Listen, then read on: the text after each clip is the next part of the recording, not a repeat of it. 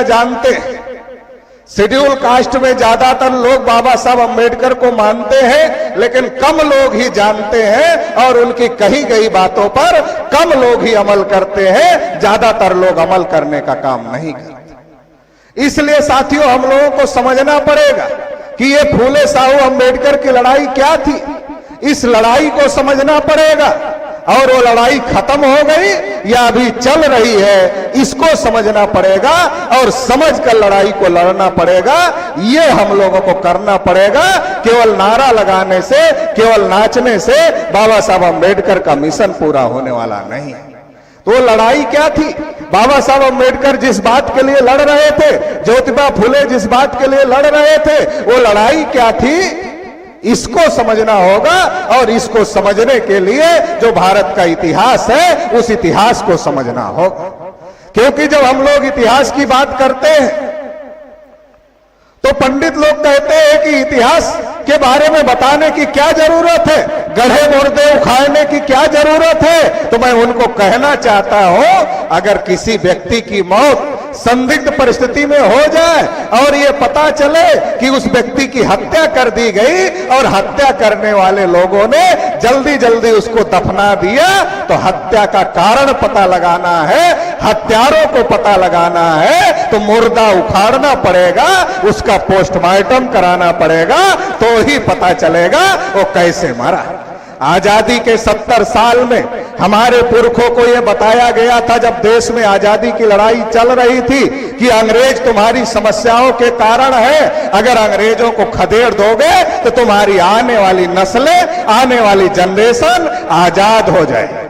हमारे पिछड़े वर्ग के पुरखों ने, हमारे अनुसूचित जाति के पुरखों ने, हमारे अनुसूचित जनजाति के पुरखों ने, हमारे माइनॉरिटीज के पुरखों ने क्या किया? अंग्रेजों को खदेड़ने का काम किया।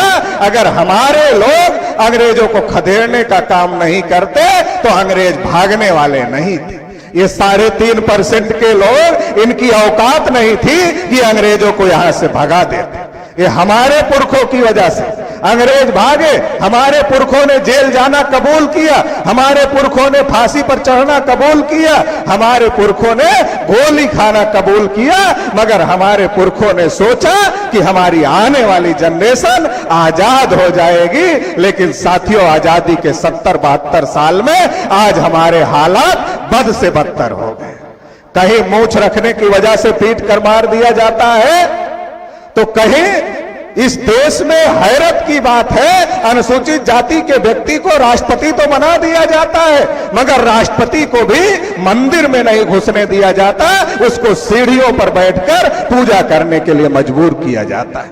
इतने ज्यादा हालात खराब है। आदिवासियों को नक्सलाइट के नाम पर मारा जा रहा है। मुसलमानों के हालात तो इतने खराब है, इनके घर में कौन सी बिरयानी पक रही है, ये तय करने का काम मुसलमान नहीं करते, बल्कि ये तय करने का काम आरएसएस, बजरंग दल और विश्व हिंदू परिषद के गुंडे करते। मुसलमानों के हालात खराब। देश में जानवरों की गिनती होती है, हिजड़ों की गिनती होती है, कुत्तों की गिनती होती है, मगर पिछड़ों की गिनती नहीं होती है। ओबीसी के हालात खराब है। हमारे पुरखों ने अंग्रेजों को खदेड़ा और आजादी के 72 साल में हमारे लोगों के हालात खराब है। किसान आत्महत्या कर रहा है, नौजवान बड़ी से बड़ी डिग्री ले ले हमारे समाज का, उसे रोजगार नहीं है। और 314 बच्चे जो आईएएस हुए थे, क्रीमी लेयर के नाम पर पिछड़े वर्ग के लोगों की नियुक्ति नहीं किया, और 9 लोगों को, 9 सवर्णों को बगैर परीक्षा के ही सीनियर आईएएस बना दिया और सचिव नियुक्त करने का काम किया। आजादी के 70-72 साल में ये हो रहा है। इसलिए साथियों, हम लोगों को सोचने की जरूरत है, इतिहास निकालने की जरूरत है। और वो इतिहास क्या है कि जब इस देश में अंग्रेज नहीं आए थे, जब इस देश में मुगल नहीं आए थे, तब इस देश में ब्राह्मण आए थे, और ब्राह्मणों ने इस देश में जाति व्यवस्था बनाई, ब्राह्मणों ने इस देश में वर्ण व्यवस्था बनाई, और जाति व्यवस्था, वर्ण व्यवस्था बनाकर हमारे लोगों को गुलाम बनाने का काम किया। अनुसूचित जाति के लोगों को अछूत बनाया, इनका हुक्का पानी बंद कर दिया, इन्हें गांव के दक्षिण दिशा में बसा दिया, और पिछड़े वर्ग के लोगों को शूद्र बनाया। इसलिए ज्योतिबा फुले कहते थे, ये जो हमारी लड़ाई है, ये शूद्र और अति शूद्र बनाम सेठ जी भट्ट जी की लड़ाई है। ज्योतिबा फूले शूद्र किसको कहते थे, अति शूद्र किसको कहते थे? ज्योतिबा फूले पिछड़े वर्ग के लोगों को शूद्र कहते थे और अनुसूचित जाति के लोगों को अति शूद्र कहते थे। ज्योतिबा फूले से ज्यादा विद्वान आदमी आधुनिक भारत में कोई पिछड़े वर्ग में पैदा नहीं हुआ। और इसका सबूत क्या है? इसका एक ही सबूत है कि बाबा साहब डॉक्टर अंबेडकर जैसे विद्वान आदमी भी ज्योतिबा फूले को अपना गुरु मानते थे। यही सबूत है कि ज्योतिबा फूले जितना विद्वान आदमी कोई आधुनिक भारत में पैदा नहीं हुआ। ज्योतिबा फूले क्या कहते थे? पिछड़े वर्ग के लोग शूद्र हैं, अनुसूचित जाति के लोग अति शूद्र ब्राह्मणों ने बनाया। एक को शूद्र बनाया, एक को अति शूद्र बनाया, एक को अछूत बनाया, एक को सछूत बनाया। पिछड़े वर्ग के लोगों को भरम है। पिछड़े वर्ग की समस्याओं का समाधान क्यों नहीं हो रहा? क्योंकि पिछड़े वर्ग के जो लोग हैं वो अपना दुश्मन डिसाइड नहीं कर पा रहे हैं। वो दुश्मन अपना डिसाइड नहीं कर पा रहे हैं। ये समस्या है। पिछड़े वर्ग के लोगों को सही सही इतिहास की जानकारी जरूरी है, भ्रम से निकलना जरूरी है। पिछड़े वर्ग को ब्राह्मणों ने शूद्र बनाया और शूद्रों को काम दिया सेवा करने का। मेरे पास कुछ पटेल लोग आए, मौर्य लोग आए, यादव लोग आए और वो कहने लगे, उन्होंने कहा विकास जी आप हम लोगों को शूद्र घोषित कर रहे हो। तो हमने उनको कहा ये अथॉरिटी हमारे पास में नहीं है। अगर हमारे पास अथॉरिटी आ जाए घोषित करने की तो मैं एक बार में ही सबको ब्राह्मण घोषित कर दूं तो ये झंझट ही खत्म हो जाएगी, ऊंच नीच की ये झंझट ही खत्म हो जाएगी। सब ब्राह्मण हो जाएंगे, कम से कम बराबर हो जाएंगे। मगर मेरे पास अथॉरिटी नहीं है। मैं तो जागृत करने का काम कर रहा हूं कि ब्राह्मणों ने पिछड़े वर्ग के लोगों को शूद्र घोषित किया और सेवा करने का काम दिया। हमने कहा अगर ऐसे नहीं मानते तो चलो प्रैक्टिकल कर लेते हैं। बोले प्रैक्टिकल कैसे होगा? हमने कहा होगा। बोले कैसे होगा? हमने कहा आप किसको शूद्र मानते हो? तो उन्होंने कहा हम तो अनुसूचित जाति के लोगों को शूद्र मानते हैं। तो हमने कहा चलो शूद्रों का काम क्या था? उन्होंने कहा शूद्रों का काम था सेवा करना अपने ऊपर के तीनों वर्णों की। तो हमने कहा चलो टेस्ट करते हैं, जिनको आप शूद्र मानते हो क्या उनकी सेवा ब्राह्मण लेगा? उन्होंने कहा कैसे टेस्ट होगा? हमने कहा गांव के पुरोहित के पास में चलते हैं और ये शेड्यूल कास्ट के आदमी को जिन्हें ब्राह्मणों ने अछूत कहा उसके एक आदमी को लेते हैं और गांव के पुरोहित को कहते हैं कि पंडित जी आपने इनको शूद्र घोषित किया, इनको सेवा करने का आदेश दिया, तो इनकी इच्छा जागृत हो गई है, ये आपकी सेवा करना चाहते हैं, तो इनका दिया हुआ एक गिलास पानी आप ग्रहण करो। मैंने यादव कुर्मी मौर्य लोगों को पूछा, पटेल लोगों को पूछा पिएगा? चमार के हाथ का दिया पानी पिएगा? बोला कैसे पिएगा, वो तो अछूत है। तो हमने कहा साबित हो गया वो अछूत है और जो अछूत है वो सेवा नहीं कर सकता। जो अछूत है, जो छू ही नहीं सकता, वो सेवा कैसे कर सकता? फिर सेवा कौन करता है? यादव जी दूध दही घी देने का काम करते, मौर्य जी सब्जी भाजी देने का काम करते, पटेल जी अनाज देने का काम करते, नाई जी दाढ़ी बाल बनाने का काम करते, विश्वकर्मा जी खटिया मचिया बनाने का काम करते, माली जी फूल देने का काम करते, कहार जी पानी भरने का काम करते, कुम्हार जी बर्तन बनाकर देने का काम करते। ये सारी जातियां किसमें आती? ये सारी जातियां किसमें आती आज की तारीख में? तो सारी की सारी जातियां पिछड़े वर्ग में आती है। जो सेवा करती थी वो सारी की सारी जातियां पिछड़े वर्ग में आती थी। इससे यह साबित होता है कि ब्राह्मणों ने पिछड़े वर्ग के लोगों को शूद्र बनाया और पिछड़े वर्ग के लोगों को सेवा का काम दिया। और जब पिछड़े वर्ग के लोगों ने पूछा कि पंडित जी हम आपकी सेवा करते रहे तो हमें क्या मिलेगा? तो ब्राह्मणों ने कहा इस जन्म में कुछ नहीं मिलेगा। तो इस जन्म में क्यों नहीं मिलेगा? नहीं तो ये जो जन्म है ये तो पिछले जन्मों का फल है ना। ये जो जन्म है ये तो पिछले जन्मों का फल है और पिछले जन्म में तुमने अच्छे काम किए नहीं, ब्राह्मणों की सेवा की नहीं, तो पिछले जन्म की वजह से तुम्हारा ये जन्म खराब हो गया है। और अगर इस जन्म में भी निष्काम भाव से, निष्काम भाव का मतलब है बगैर किसी उम्मीद के निष्काम भाव से ब्राह्मणों की सेवा करो तो ऐसा हो सकता है कि अगले जन्म में तुम भी ब्राह्मण हो जाओ। ऐसा हो सकता है। हमारे पिछड़े वर्ग के लोगों की हजारों पीढ़ियों ने ब्राह्मणों का निष्काम भाव से सेवा किया। निष्काम भाव से सेवा क्यों किया? कि हो सकता है अब ये जन्म तो व्यर्थ ही चला गया है, कम से कम अगला जन्म तो सुधार ले। तो अगला जन्म सुधारने के चक्कर में हमारे पिछड़े वर्ग के लोगों ने निष्काम भाव से हजारों पीढ़ियों ने ब्राह्मणों की सेवा किया, मगर फिर भी ब्राह्मण नहीं हुए। अब आप कहेंगे आप अगला जन्म देखने गए थे कि ब्राह्मण नहीं हुए, तो मेरे पास इसका सबूत है कि हमारे लोग ब्राह्मण नहीं हुए। क्यों? क्योंकि ओबीसी के लोग 52% है। अगर वो अगले जन्म में ब्राह्मण हो जाते तो 52% ब्राह्मण नहीं हो जाता, तो 3.5 का 3.5 ही है। यही सबूत है कि अगले जन्म में ब्राह्मण नहीं हुए, बेवकूफ बनाने का काम किया। और जो मनु स्मृति लिखा, ब्राह्मणों ने हमको सछूत क्यों बनाया? ब्राह्मणों ने सोचा अगर इनका भी छुआ नहीं खाएंगे तो साला भूखे मरने का खतरा पैदा हो जाए, क्योंकि एक टमेरा है, एक लुटेरा है। जो SC ST OBC माइनॉरिटी के लोग हैं, खुद मेहनत करते हैं, खुद पैदा करते हैं और खुद पैदा करके खाते हैं, ये तो कमेरा वर्ग के लोग हैं। और जो वो है वो कमाता नहीं है, वो लुटेरा है, वो लूटने का काम करता है, कमाने का काम नहीं करता है, लूटने का काम करता है। तो लूटता है, धर्म के नाम पर लूटता है, डर दिखाकर लूटता है। अगर पिछड़े वर्ग में बच्चा पैदा हो जाए, अगर पिछड़े वर्ग में बच्चा पैदा हो जाए तो हमारे लोग नाम नहीं रखते। हमारे लोग सोचते साला हम ही रख लें तो कुछ गड़बड़ ना हो जाए, इसलिए दौड़ते दौड़ते पंडित के यहाँ जाते हैं और पंडित को नाम पूछते। पंडित में रहो, गुरहु, कतवारू, फेंकू, बहाऊ, ऐसा ऐसा नाम रखता है कि बोलने में भी शर्म लगे, ऐसा नाम रखता है। तो नाम भी रखवाने के लिए पंडित के पास जाते हैं। पंडित मुफ्त में नहीं रखता, पैसा लेता, उसके बाद नाम रखने का काम करता है। अब लड़के को पढ़ाया लिखाया, MBBS डॉक्टर बना दिया। अब लड़का MBBS डॉक्टर, लड़की भी MBBS डॉक्टर, जिससे शादी होनी है। मगर शादी की तारीख न लड़का रख सकता है न लड़की रख सकती है। शादी की तारीख कौन रखेगा? तो शादी की तारीख रखने का काम ब्राह्मण ही करेगा। फिर अब शादी होनी है, लड़का भी MBBS डॉक्टर है, लड़की भी MBBS डॉक्टर है, मगर शादी कौन कराएगा?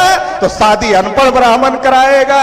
ये सारा काम फ्री में नहीं करता, मुफ्त में नहीं करता, पैसा लेता है। इसलिए ब्राह्मण कहता है ना हल चले न चले कुदारी, बैठे भोजन दे मुरारी, हमको मुरारी खिला रहे। उनको लगता अगर बता देंगे ये लोग खिला रहे हैं, कल से ही बंद कर देंगे, इसलिए वो कहते मुरारी खिला रहे हैं। इतना ही नहीं है, जब आदमी मर जाते, जिंदा तो खाते ही खाते, मरने के बाद भी नहीं छोड़ते। जब आदमी मर जाता है तो मरने के बाद में हमारा आदमी पंडित को पूछता है, जिसका बाप मर जाता है वो पंडित को पूछता है, पंडित जी हमारे पिताजी ठीक ठाक है ना? तो पंडित कहता नहीं, थोड़ा अभी उनकी आत्मा को शांति नहीं मिली है, अभी भटक रही है, आत्मा ऊपर भटक रही है, अभी शांति नहीं मिली। तो हमारा आदमी कहता क्या करना होगा? नहीं तो इतने ब्राह्मणों को खिलाना होगा, ये दान दक्षिणा देना होगा, तो उनके आपके पिताजी को शांति मिलेगी। अच्छा, जब तक ये नहीं हो रहा तब तक क्या करना होगा? तो पिताजी रात में आ सकते हैं, तुमको परेशान कर सकते हैं, इसलिए हंसुआ वसुआ रख के सर के पास सोया करो।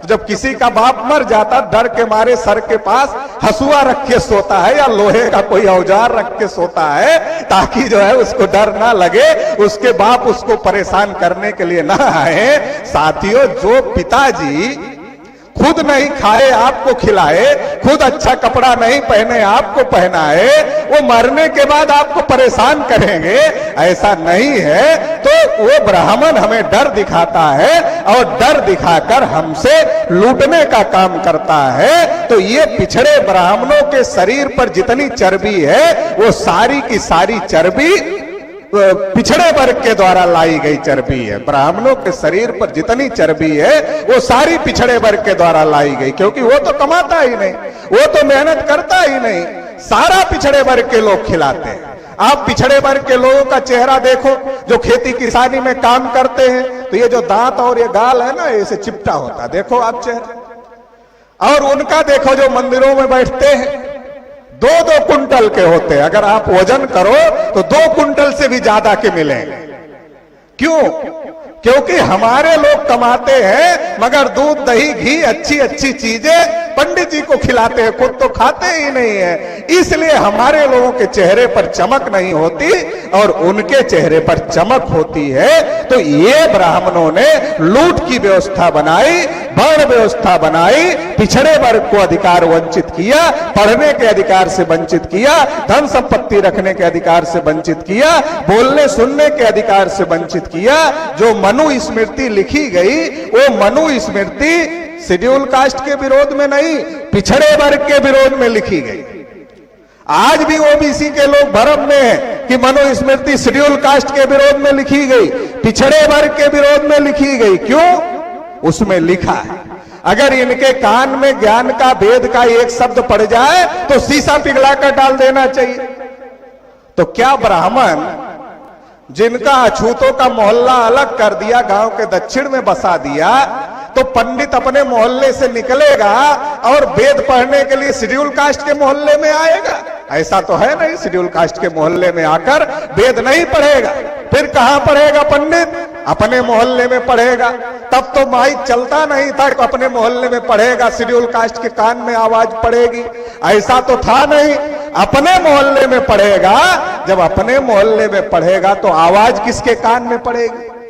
अब मान लो पंडित वेद पढ़ रहा है और यादव जी दूध लेकर पहुंच गए। पंडित वेद पढ़ रहा है, यादव जी दूध लेकर पहुंच गए, तो क्या होगा? यादव जी के कान में शब्द पड़ गया तो लिखा। अगर शूद्र के कान में वेद का शब्द पड़ जाए, शीशा पिघला कर डाल देना चाहिए। अब मान लो पटेल जी अनाज लेकर गए और देखा कि वेद रखा हुआ है, उसको उलट पलट कर देखने लगे, तो मनु स्मृति में लिखा अगर आंख से देख ले तो आंख में सुच्चा डाल देना चाहिए। मान लो मौर्य जी सब्जी लेकर गए और पंडित वेद पढ़ रहा है और इन्होंने भी उसको दोहराना शुरू कर दिया, क्योंकि आदमी की आदत ही होती है, कोई गाना चल रहा है तो सुनते सुनते आदमी गुनगुनाने लगता है। तो लिखा अगर उच्चारण करे तो जीभ काट लेनी चाहिए। कहने का मतलब यह है, जब इस देश में अंग्रेज नहीं आए थे, जब इस देश में मुगल नहीं आए थे, तब इस देश में ब्राह्मण आए। ब्राह्मणों ने जाति व्यवस्था बनाई, वर्ण व्यवस्था बनाई और जाति व्यवस्था वर्ण व्यवस्था बनाकर ब्राह्मणों ने इस देश के मूल निवासियों को गुलाम बनाया, अधिकार वंचित किया। इसलिए 1848 में ज्योतिबा फुले ने हमारी आजादी की लड़ाई शुरू किया। जब गांधी जी पैदा नहीं हुए थे तब शुरू किया और उन्होंने कहा पहले ब्राह्मणों की गुलामी से आजाद हो जाओ, अंग्रेजों की गुलामी से बाद में आजाद हो जाओ। ज्योतिबा फुले ब्राह्मणों की गुलामी से आजादी की लड़ाई लड़ रहे थे। छत्रपति साहू महाराज ब्राह्मणों की गुलामी से आजादी की लड़ाई लड़ रहे थे। बाबा साहब डॉक्टर अंबेडकर ब्राह्मणों की गुलामी से आजादी की लड़ाई लड़ रहे थे। ये जो फूले साहू अंबेडकर पेरियार की लड़ाई थी, ये ब्राह्मणों की गुलामी से आजादी की लड़ाई थी, क्योंकि ये जानते थे कि अंग्रेजों से ज्यादा, मुगलों से भी ज्यादा खतरनाक ये लोग हैं, इसलिए इनसे आजादी की लड़ाई फूले साहू अंबेडकर पेरियार लड़ रहे थे। ये जो लड़ाई है, इस लड़ाई को समझना होगा। पिछड़े वर्ग के लोग ज्योतिबा फुले को नहीं जानते, गांधी जी को जानते, मगर गांधी जी ने हमारे लिए कोई भी काम नहीं किया।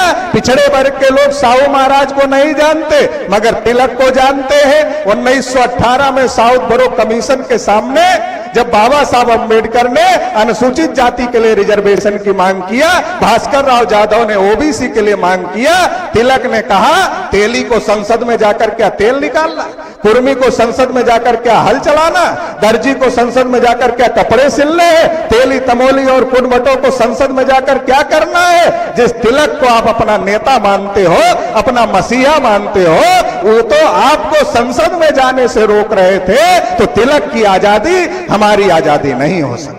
तिलक के बाद गांधी जी नेता बने। गांधी जी ने एक भी पिछड़े वर्ग के आदमी को संविधान सभा का टिकट नहीं दिया। और बाबा साहब अंबेडकर जो अधिकार लेकर आए थे, पूना पैक्ट के माध्यम से उसे खत्म करवाने का, निष्प्रभावी करवाने का काम किया। और जवाहरलाल नेहरू जिन्हें पिछड़े वर्ग के लोग अपना नेता मानते हैं, बाबा साहब के आर्टिकल 340 लिखने के बावजूद में भी जवाहरलाल नेहरू पिछड़े वर्ग के लिए आयोग का गठन नहीं कर रहे थे। बाबा साहब अंबेडकर ने इस्तीफा दिया कानून मंत्री पद से। आज पिछड़े वर्ग के बहुत सारे नेता हैं, समाज के अधिकार के लिए गांव के प्रधान के पद से भी इस्तीफा नहीं दे सकते। केंद्रीय मंत्री तो बहुत बड़ी बात है, गांव के प्रधान के पद से भी इस्तीफा नहीं दे सकते। बाबा साहब अंबेडकर ने पिछड़े वर्ग के अधिकार के लिए इस्तीफा दिया। मजबूर होकर नेहरू ने आयोग बनाया, मगर उस आयोग की रिपोर्ट को, कालेलकर कमीशन की रिपोर्ट को कचरे के डब्बे में डालने का काम भी जवाहरलाल नेहरू ने किया। पिछड़े वर्ग के साथ धोखा करने का काम किया। सारे मुख्यमंत्रियों को चिट्ठी लिखा, आरक्षण पर अमल ना किया जाए। तो ये जो साथियों ब्राह्मणों ने अंग्रेजों को भगाने का काम किया, मगर ब्राह्मणों ने कब्जा कर लिया। सरदार पटेल को प्रधानमंत्री बनना था, उनके पास बहुमत था, मगर उन्हें नहीं बनाया और गांधी जी ने जवाहरलाल नेहरू को देश का प्रधानमंत्री बनाया। और इसकी वजह से सभी तंत्रों पर लोकतंत्र के ब्राह्मणों का कब्जा हो गया। कांग्रेस बीजेपी अलग अलग नहीं है। जब 92 में मंडल कमीशन का धोखा हुआ तो बीजेपी के लोगों ने मंदिर मस्जिद का आंदोलन खड़ा किया। रामलला हम आएंगे, मंदिर वही बनाएंगे, तारीख नहीं बताएंगे। विनय कटियार को आगे किया, उमा भारती को आगे किया, कल्याण सिंह को आगे किया, पिछड़े वर्ग के नेताओं को आगे किया और हम लोगों का समर्थन ले लिया। और जो हमारे अधिकार का मुद्दा था वो मुद्दा दब गया। आज सारे नेताओं के पिछवाड़े पर लात मार दिया, पिछड़े वर्ग का इस्तेमाल करो और फेंक दो। नरेंद्र मोदी पिछड़े वर्ग के नाम पर प्रधानमंत्री बने और आज भी वो कह रहे हैं मैं पिछड़े वर्ग का हूं, इसलिए लोग मुझे ऐसा करते हैं। तो पिछड़े वर्ग के विरोध में नरेंद्र मोदी ने 4 बड़े फैसले लिए। पहला बड़ा फैसला लिया, जानवरों की गिनती करने का आदेश दिया, मगर पिछड़ों की गिनती करने का आदेश नहीं दिया। दूसरा बड़ा फैसला लिया, 314 बच्चे जो पिछड़े वर्ग के आईएएस हो गए थे, क्रीमी लेयर के नाम पर उनको रोकने का काम किया। तीसरा बड़ा फैसला लिया, पिछड़े वर्ग के बच्चों की स्कॉलरशिप बंद करने का काम किया। चौथा बड़ा फैसला लिया, पिछड़े वर्ग को बजट में हिस्सा नहीं दिया। ये नरेंद्र मोदी अपने को पिछड़ा कहते हैं और पिछड़े के विरोध में फैसले ले रहे हैं। कारण क्या है? नरेंद्र मोदी मुख नहीं है, नरेंद्र मोदी मुखौटा है। नरेंद्र मोदी मुखौटा है। आरएसएस के ब्राह्मण नरेंद्र मोदी का मुखौटा लगाए हुए हैं। हम देखते हैं, हमको लगता है नरेंद्र मोदी है और पीछे से आरएसएस के ब्राह्मण नरेंद्र मोदी को चला रहे हैं। इसलिए हमारे विरोध में फैसले हो रहे हैं। इसलिए साथियों हमको सोचने और समझने की जरूरत। आज तो लोकतंत्र संविधान सब खतरे में है। संविधान की प्रतियां जलाई गई। इसका कारण क्या है खतरे का? कांग्रेस ने सभी लोकतांत्रिक संस्थानों पर ब्राह्मणों का कब्जा करवा दिया। कांग्रेस और बीजेपी ने मिलकर ब्राह्मणों का कब्जा पूरे देश में करवा दिया। इसलिए उनको डर नहीं लगता है। वो कभी किसी का पर्चा खारिज कर देते हैं, कभी कुछ कर देते हैं। उनको डर ही नहीं लगता किसी का, क्योंकि सभी संस्थानों पर ब्राह्मणों का कब्जा हो गया है। लेकिन साथियों मैं ये कहना चाहता हूं, इससे हम लोगों का उत्साह कम नहीं होता, बल्कि 3 गुना और ज्यादा बढ़ जाता है। क्योंकि हम केवल चुनाव की तैयारी नहीं कर रहे हैं, बल्कि आने वाले समय में इस देश में जन आंदोलन की तैयारी कर रहे हैं और अपनी आने वाली नस्लों को आजाद कराने की तैयारी कर रहे हैं। मेश्राम साहब जब बोलते थे कि सारी जगह ब्राह्मणों का कब्जा हो गया है, असंवैधानिक काम हो रहा है, लोग नहीं मानते थे। आज लोगों के आंखों के सामने दिखाई दे रहा है तो लोग मानने लगे हैं। और लोग अभी ये मान रहे हैं कि इस देश में जन आंदोलन के अलावा दूसरा कोई विकल्प नहीं है। तो साथियों बहुत बड़ी लड़ाई इस देश में चल रही है। इस लड़ाई को हम लोगों को मिलजुल करके लड़ना होगा और मिलजुल करके ये अलग अलग लड़ने का समय नहीं है। एससी बीसी माइनॉरिटी को आपस में लड़ने का समय नहीं है। क्यों नहीं लड़ने का समय है? किसी के पास कुछ नहीं है। आपस में लड़ोगे तो कुछ भी मिलने वाला नहीं है। किसी के पास कुछ होगा तो मिलेगा। इस देश की विधायिका पर ब्राह्मणों ने कब्जा कर लिया, इस देश की कार्यपालिका पर ब्राह्मणों ने कब्जा कर लिया, न्यायपालिका पर कब्जा कर लिया, मीडिया पर कब्जा कर लिया, सभी संस्थानों पर कब्जा कर लिया और आज उनका इतना मनोबल बढ़ गया है, हमारे पास करने वाले आईएएस बच्चों को नियुक्त नहीं कर रहे हैं और अपने लोगों को बगैर परीक्षा के ही नियुक्त करने का काम कर रहे हैं। इतना मनोबल बढ़ गया है, अलग अलग लड़ने का समय नहीं है। एससी, एसटी, ओबीसी, माइनॉरिटी को एकजुट होना होगा और एकजुट होकर के लड़ाई लड़नी होगी। आखिरी बात कहना चाहता हूं, आप लोग फिल्म देखते होंगे, फिल्म में दो भाई बचपन में बिछुड़ जाते हैं, एक जंगल में चला जाता है, उसकी परवरिश अलग होती है, वो डकैत बन जाता है, दूसरा भाई जो होता है पुलिस के यहां चला जाता है तो वो पुलिस हो जाता है, दोनों की लड़ाई होती है। जो विलेन होता है वो विलेन दूर से दोनों की लड़ाई देखता है, दोनों का झगड़ा कराता है और चाहे पुलिस वाला मर जाए चाहे डकैत मर जाए, विलेन के बाप का कुछ नहीं जाता। वैसे ये जो ब्राह्मण है एससी, एसटी, ओबीसी, माइनॉरिटी में आपस में लड़ाई लड़ा रहे हैं, कोई भी मर जाए इनके बाप का कुछ नहीं जाता। इसे हमें समझना होगा। फिल्म में एक तीसरा आदमी आता है और वो कहता है तुम लोग तो आपस में भाई हो, तुम्हारे बाप दादा एक थे, तुम्हारे पुरखे एक थे, तुम्हारा दुश्मन ये है। साथियों, तीसरा आदमी माननीय वामन मेश्राम साहब है। ये बहुजन क्रांति मोर्चा है जो आपको ये संदेश दे रहा है सबके पुरखे एक थे, आप एक ही खून के आदमी हैं, एक ही डीएनए के लोग हैं, भाई भाई हैं। इसलिए एकजुट होना होगा, विलेन को पहचानना होगा, दुश्मन को पहचानना होगा और मिलकर लड़ाई लड़ना होगा।